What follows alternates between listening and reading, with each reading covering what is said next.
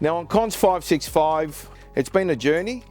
A lot of communications with Con. We've worked together very closely. I think we've gone beyond his expectations, to be honest, and produced this beautiful 565 in the colour grey, my favourite colour, of course. So Con's gone for a 12-inch Simrad NSS 12, which is very common these days. Beautiful unit, easy to use. He's gone for his Vessel View 502 digital display for his engine data. That's optional, you don't have to have it. It gives you a backup for engine data if you want it. Otherwise everything runs through your NMEA and through your MFD. He's gone for a personalised dash layout, which every customer can do. We basically lay out a dash and make sure the customer's happy with it, tick it off, and yeah, off we go and cut it all out. He's got a beautiful storm grey floor. He's opted for the double fleck, which I always recommend. The black and the white just gives it a beautiful finish. You don't have to cover it. It's actually a beautiful floor with a non-skid pattern on it. Bait board with a 32mm grab rail. Con, although he hasn't done much, he's wanting to get into the game fishing, and one of the things that I like is standing at the back watching your lures. You need something to hold on to. I like the 32mm grab rail. You can also double it up as a towel rack, or a towel hanger as well if you like. We've got the light bait tanks plumbed up. We've got a deck wash. Con's gone for a bigger bilge pump than standard. He's gone for the 3700 with the float switch.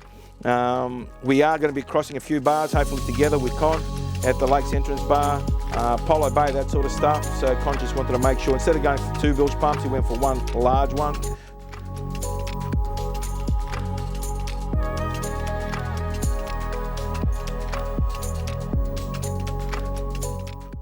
Con's opted to go to the deluxe seats on his boat. The deluxe take up a little bit more room, but he loved the armrest.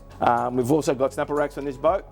We've gone for the 6 rods for Con, so 6 and 6 make 12. So you've got plenty of scope to be able to fish on either side on a changing tide or a current.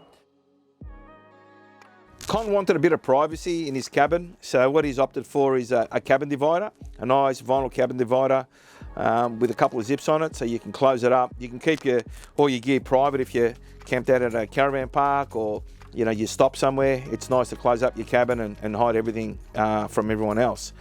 He's also gone for a cabin infill, which I highly recommend as well. It's great just to put a top on your cabin step down, which gives you some room then to lay down, or a couple of kids can lay down, or you can have a nap. The other thing that we deliberated with Con was engine selection. We started with a 150 and we thought that would be enough for Con, but after doing some tests and bringing the data back to Con with every test that we did, we jumped up to a 175, then 200, and we ended up with a 225 being the optimum power range and performance for this boat. We're getting some beautiful figures, especially our mid-range at 3,500 RPM. We're getting these boats to cruise at 51 and 52 kilometres. That's amazing. And for a lot of the guys who do a lot of long-range stuff, it's a really interesting piece of information there.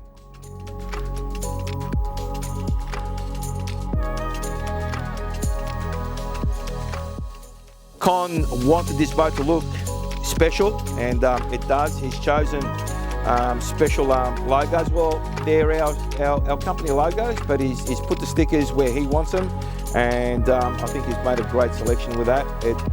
You definitely know there's an Edencraft coming your way.